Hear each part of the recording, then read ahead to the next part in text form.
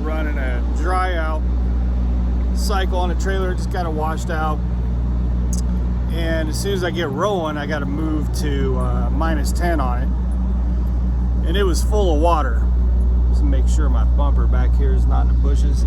Somehow I got this parking spot on the end, free parking spot at Pilot at 2 in the morning. Really lucked out because I'm kind of SOL right now because I kind of miscalculated some things. We'll talk about that here in a second.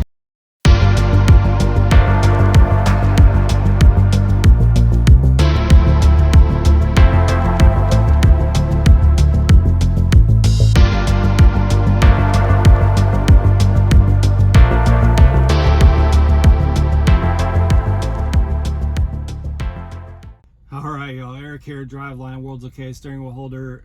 Just doing just a little bit of a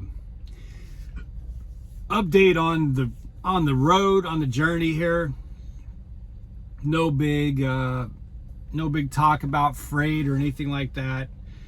By the way, in my last video, there were some comments of, well, I'm doing great. You know, that video about the freight market is not about Prime or JB Hunt or any particular carrier. That video is about the whole freight market.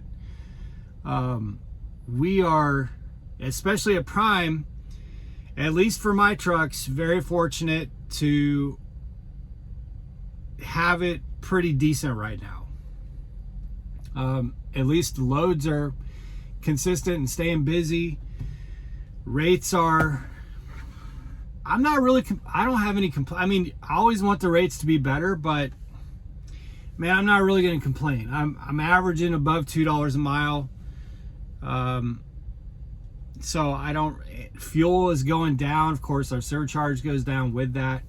You know, and maybe that's a video too, because I see so much talk about fuel. It's almost like the media just has no idea how this works. Talking about fuel prices putting trucking companies out of business. I saw a headline the other day about that, and it's like, what are you talking about?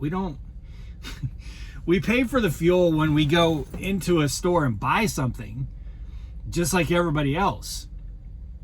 But most carriers have a fuel surcharge. So it's not really, and that fuel surcharge increases and decreases, especially with contract freight, when fuel prices increase and decrease. So the fuel prices doesn't really have that much of an impact. In fact, with a carrier like Prime, and I just saw $1.95 per gallon in Marshall, Illinois. So the fuel discount with Prime is so good that if you run your truck very efficiently, you can actually profit off of the fuel surcharge. That's a whole other video. But anyway, I'm super stoked that this spot was available because I'm way too early. Well, let me back way up to the cluster fudge that was the load that I dropped off yesterday morning, that I picked up at Prime. I was at the terminal at Prime. I had all kinds of things that I needed to get worked on. And the Highway Diamond, and I know it was a Highway Diamond because in the message from dispatch, he said she. So I know it was a Highway Diamond. But the Highway Diamond, who brought this load to Prime, decided to, instead of bring it all the way to the terminal and take a break on the way to the terminal. 10-hour break. And I was told that wasn't necessary. I don't know if that's the case, but that's what I was told. I was told the 10-hour break wasn't necessary. So a load that I was sitting at the terminal waiting for and was told would be there at 6 in the morning didn't get there until late in the evening. In fact, not only was I told that the break wasn't necessary, I was then told, I could probably go back and find a message for you, but I'm not going to mess with that right now. I was told that she would get her clock back at 0900 and she was 295 miles away. Okay, so keep that in your mind. She gets her clock back at 0900. She's 295 miles away. The load arrived at Springfield at 5 p.m. So somehow, not only does the driver take a 10-hour break, the driver also takes 8 hours to go 295 miles. I don't. If I have to take a load to the terminal that someone else is going to pick up, it is my utmost priority to get that load to the terminal as fast as legally and safely possible. Because I'm saddling someone else with a load. And I want it to be as manageable as possible for them. I don't always get that courtesy, and I certainly didn't get that courtesy the other day. So, but it gets worse than that. So, not only, and it was 610 miles from the 01 to the 90. So what would have been 2 drives, or at least a short drive and a little bit longer drive, then became 1 drive, which is fine. You know, I'll bust out 610 miles. I wasn't happy about it. I had to go through Chicago, had to go through St. Louis. Wasn't thrilled about it. Delivered in Milwaukee. But whatever, you know, but then the trailer has to go to shop. So I keep checking. I'm getting messages. Hey, your tires are, you know, falling off. What's wrong with the trailer? Obviously, they're changing tires. I get messages that the temperature is incorrect. It was a dry load, so obviously they're working on the reefer. So I know it's in the shop and being worked on. And finally, I got them to tell me where the trailer was. It was at Bay 7. So I go over to Bay 7, sit in front of Bay 7. I mean, I like inched over there because I couldn't start my clock, right? Because at 610 miles, like we're in governed trucks, man. I need my clock. So I get over to Bay 7, and it's like we're about 30 minutes from, there's no way possible I can get this there on time. I had about 30 minutes. And finally I got out and went back and talked to the mechanic. I'm like, hey man, are we looking at, I'm not trying to rush you here. I know you guys got to do your job, but like, what are we looking at here? Because I'm really trying to plan this thing out. Do I need to take a nap? What do I need to do? And he says, well, we have until 10 o'clock tomorrow morning to get this done. I'm like, bro, this load has to be delivered at 9:30 in the morning. You don't have until 10 o'clock. Like, I have to be at the receiver at 9:30 in the morning. That's what my dispatch says. That's what's in. I double, triple, quadruple checked. 9:30, 09:30 in the morning on, let's see, what is today? On the 12th. 9:30 on the 12th. That's what was in my dispatch. It's what's on my Qualcomm. It's what's in my app. That's what it says. 9:30 on the 12th. He seemed to think that their drop dead time for having the trailer done was 10 a.m. on the 12th. So anyway, he's like, so I showed him on my phone. I'm like, look, here's the appointment time. He's like, oh crap. Okay, well, we're just servicing this. We'll finish it up real quick. So they did 15 minutes. They had the reefer done. They had already had all the other things, which, by the way, that driver who seemingly took her sweet time getting that load up there also ran it with a tire with a bubble on the inside the size of a grapefruit, 2 lights out on the trailer, and some other things, you know, so good times. But I digress. So I get this load, and man, I ran balls to the wall. I drove 5 hours, stopped for 30 minutes, a 30-minute break, got fuel during that 30-minute break, and then drove for 5 hours. A little bit over 5 hours. I had like 40 minutes left on my 11 when I got to the receiver. And I got to the receiver with 8 minutes left. So just busted ass. I mean, like, if this truck tried to not do 65, I was on the pedal. Like, it was not permissible to not do 65. So I make it there. I get into this receiver in Milwaukee, and during a horrible time of the morning too, by the way, but whatever. I get into this receiver, and they say my appointment is not until the 13th. So I just busted my ass,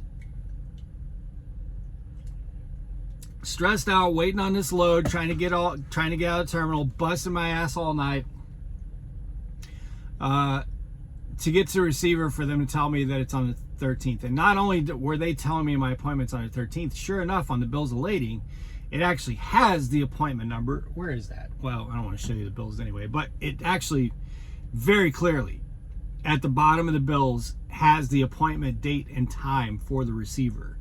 And it's not even 9:30, it's 0800 on the 13th.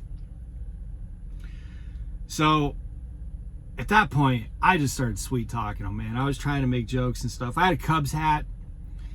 I'm in Milwaukee, and I'm like, is it because of the Cubs hat?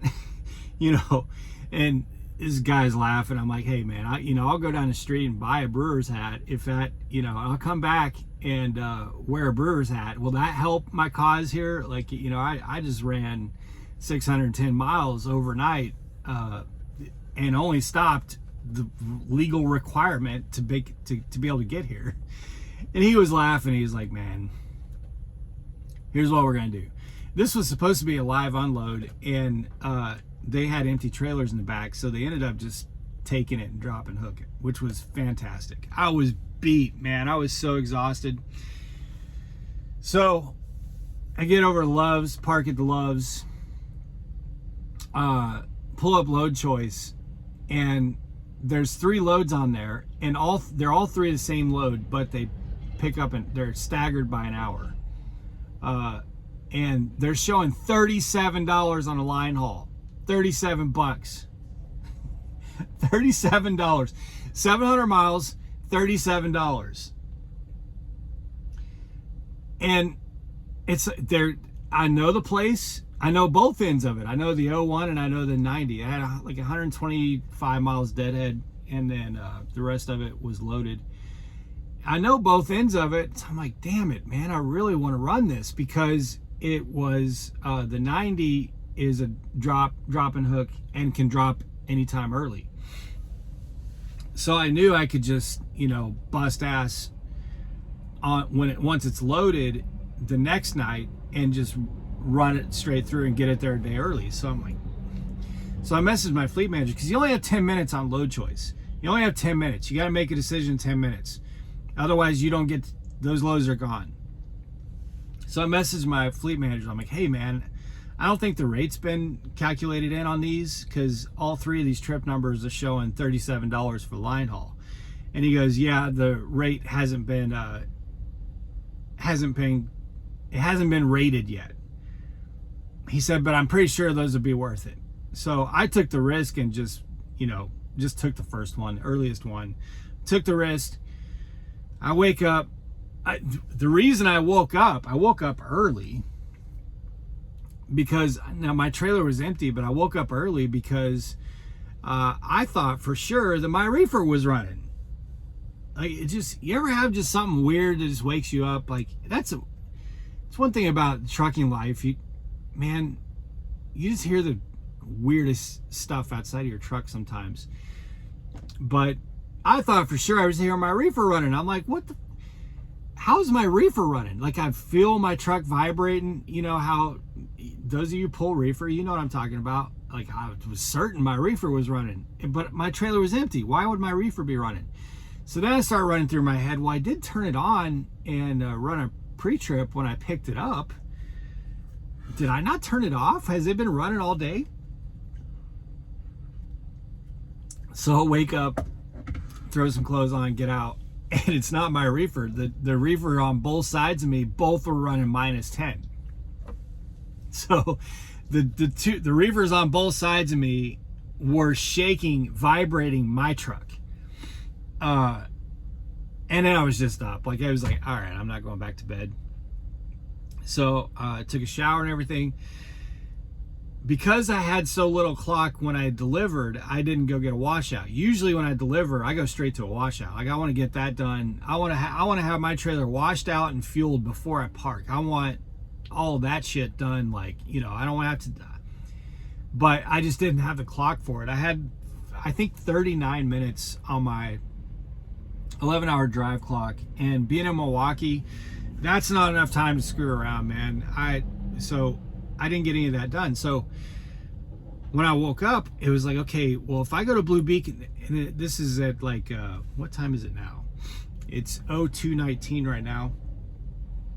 So at about 1 o'clock, 12:45, 1 o'clock in the morning, I knew that I don't have to be at the 01 until 0700. Can't be there any earlier than 0600. There's no parking, nowhere to park. But what if there's a long line at Blue Beacon? Which is certainly possible. Like, and here's the thing. Some people, I had someone the other day say, yeah, but the good thing about nights is there's rarely long lines at Blue Beacons. Yes, that's true. But the problem is, there's only, sometimes those bays, in fact, usually those bays only have 2 people working in a bay.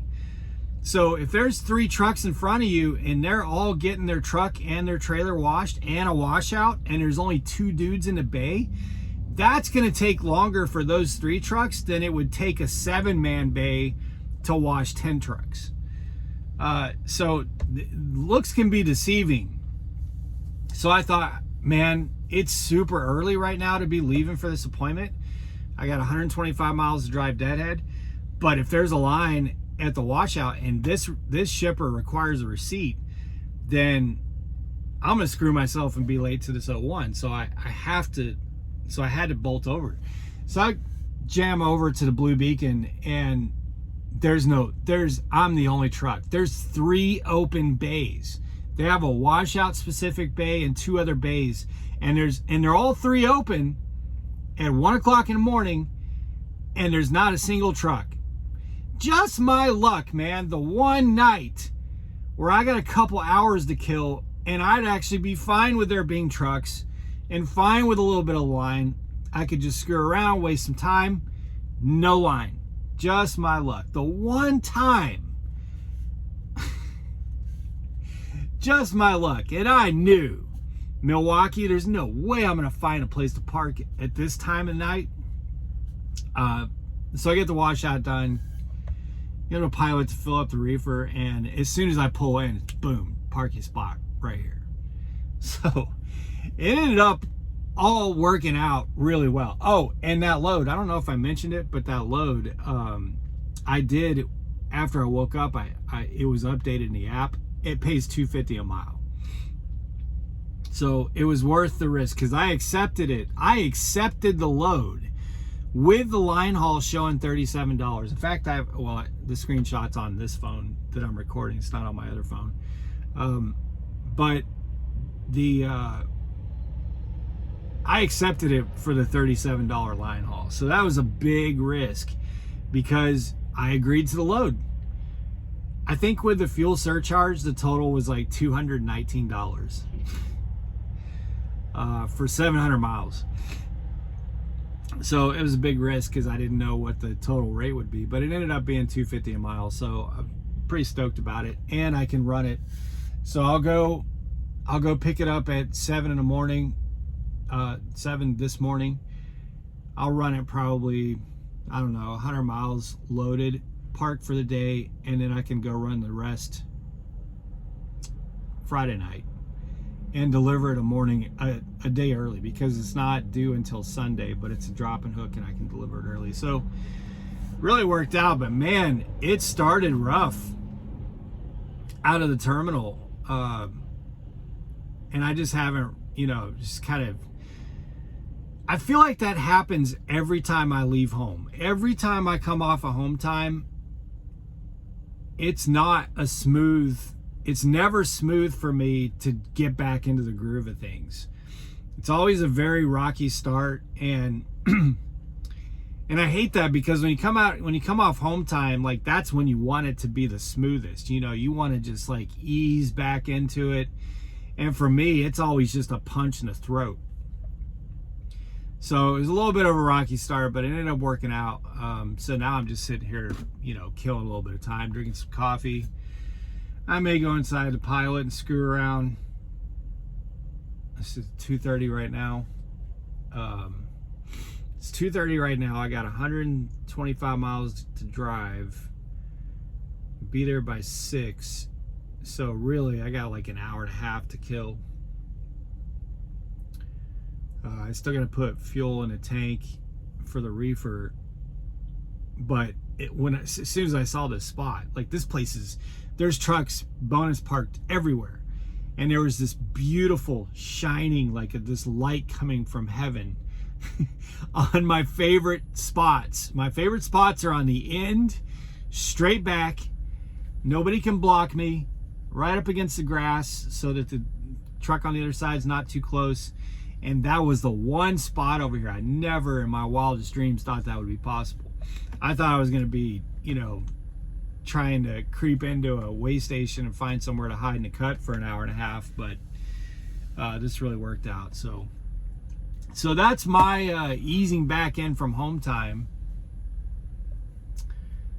And it's a pretty good, you know, it honestly, other than the rocky start with the terminal and the way that load was all screwed up, once I actually got parked this morning after actually getting that load drop and hooked, and slept hard. Didn't sleep very long, but good hard sleep for the time that I did.